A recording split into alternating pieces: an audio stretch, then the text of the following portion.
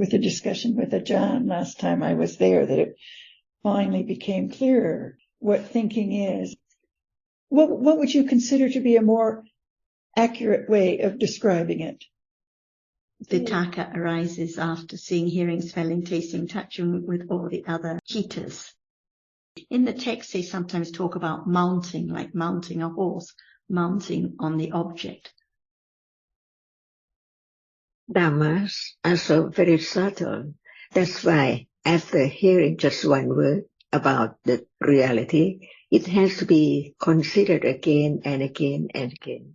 And now it's time to be careful considering about the reality, which is so very subtle. How many cetasikas arising in a moment. See, Vitakka, Phassa, Manasikara, and so on, followed by the word, thinking in words about the translation and so on. But it has to be carefully thought about the truth. For example, can Vitakka be translated as thinking? Because it arises just after saying the next moment. Is it thinking, or it just experiences the same object, but it cannot see? So what is different is that it experiences the same object, no matter what is there, but it has its own characteristic, its own function. So at moment of seeing, there are only, not more than that, 7 cetasikas, no Vitakka.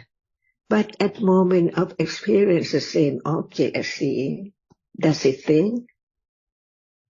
If you should think about that by the words, that it's translated as thinking.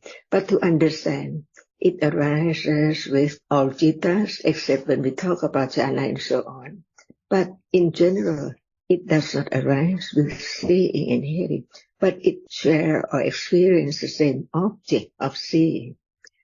But it does not see. That's why the function of Vitakka is there. No matter how we translate it, it does not think at that moment, not mind though, but it experiences the same object by touching. I don't know whether this is the proper word or the best word for Vitakka, but it's there. Not as Manasikara or Sanya or other cetasika. Otherwise, it lost that object. That object cannot be object of experience after seeing at all. That's why, if this is the way to understand the characteristic and the function of Vitakka, what about at the moment before seeing? It does not see. That moment before seeing does not see. So it needs Vitakka as well. And so the function of Vitakka is what? Citta arises to experience any moment, every moment, by different conditions to experience different reality. And the cetasikas arising together. So not at the moment of seeing only and hearing, smelling, tasting, touching. It needs Vitakka. If you use the term like mounting or something like that, what about touching? Can it be known or thought by way of mounting? Just consider the truth carefully. It can be if there is the understanding of the function of Vitakka. And at moment of experiencing Nibbana, see, or any moment of understanding what is now said, Vitakka is there. Only when we talk about in general, it does not arise with the 10 citta, seeing and hearing and so on. Vitakka is there, touching the object. Or you can think by way of mounting to experience the object and condition the other to sit on it. Or we can think about the example. And it depends on the understanding of the way it is by such and such word to get closer and closer to the reality and the function of it. And even right now, there are many different realities, but they are different. It's so subtle. What about Vitakka and Vichara? See, one touch and the other hold that which is touched, to be known of whatever is there as object anytime. Is it a little clearer?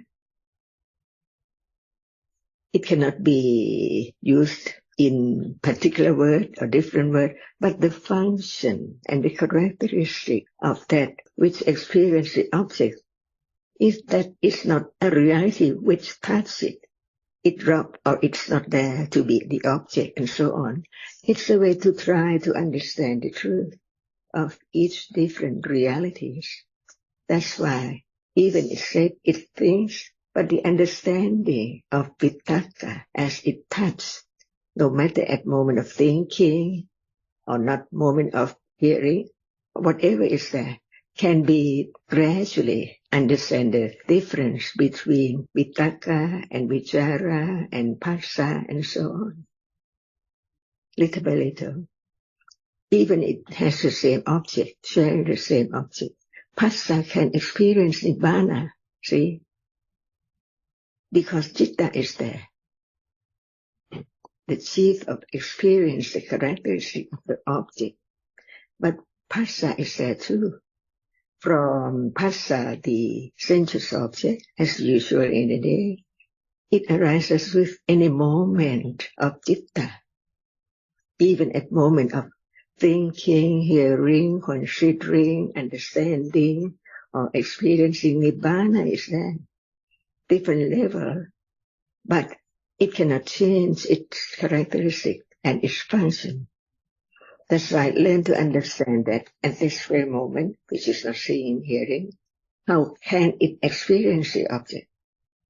Because of Vitakka, it doesn't drop or not attend to the characteristic. We use different words for different reality, different function. So when we talk of Phassa, it's that which touch the object, from manasikara to consider it and on. That's why it arises after the citta, which is moment of seeing and hearing, so on, 10 citta only. It's that what Buddha taught about it, because he realized the truth, which is so very, very subtle. How can there be the understanding of the difference between Vitakka and Vichara? See? And so on. Consider any word in Tipitaka to understand the truth of it. So when it conditions a little more understanding of the truth, that can be the understanding of it. But when it's not attended to understand, the moment it's there, it depends on thinking whether it's right or wrong, clear enough or just very simple to take this for thinking and so on. So no matter what is there in word, we consider the nature of the reality, which is not vichara. See, on and on, little by little, to have a little more letting go wrong understanding, which conditions so many different moments to be wrong. And what is meant by wrong sankappa? See, because of wrong understanding.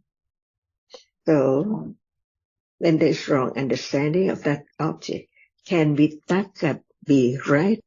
Impossible. But it touches whatever wrong understanding take it. It always touches the object, no matter what object is there. And manasikara arises with it because it's touched. To consider it right or wrong, depending on conditions. That was wonderful, Ajahn. Thank you so much. So any moment which is not seeing and hearing, Vitakka is there, touching the object. So it's there even with Bhavanga citta. Any moment. Must be. Any moment. Because those moments do not form the function of seeing or hearing, just experience the object in a moment only. But as is achieved, the object appear, the characteristic of the object appear clear to that which experience it as achieved. Yes, wonderful. And when we have some understanding of the truth of any reality, when we read the Vitakka, we understand the meaning of the word, no matter what word is used.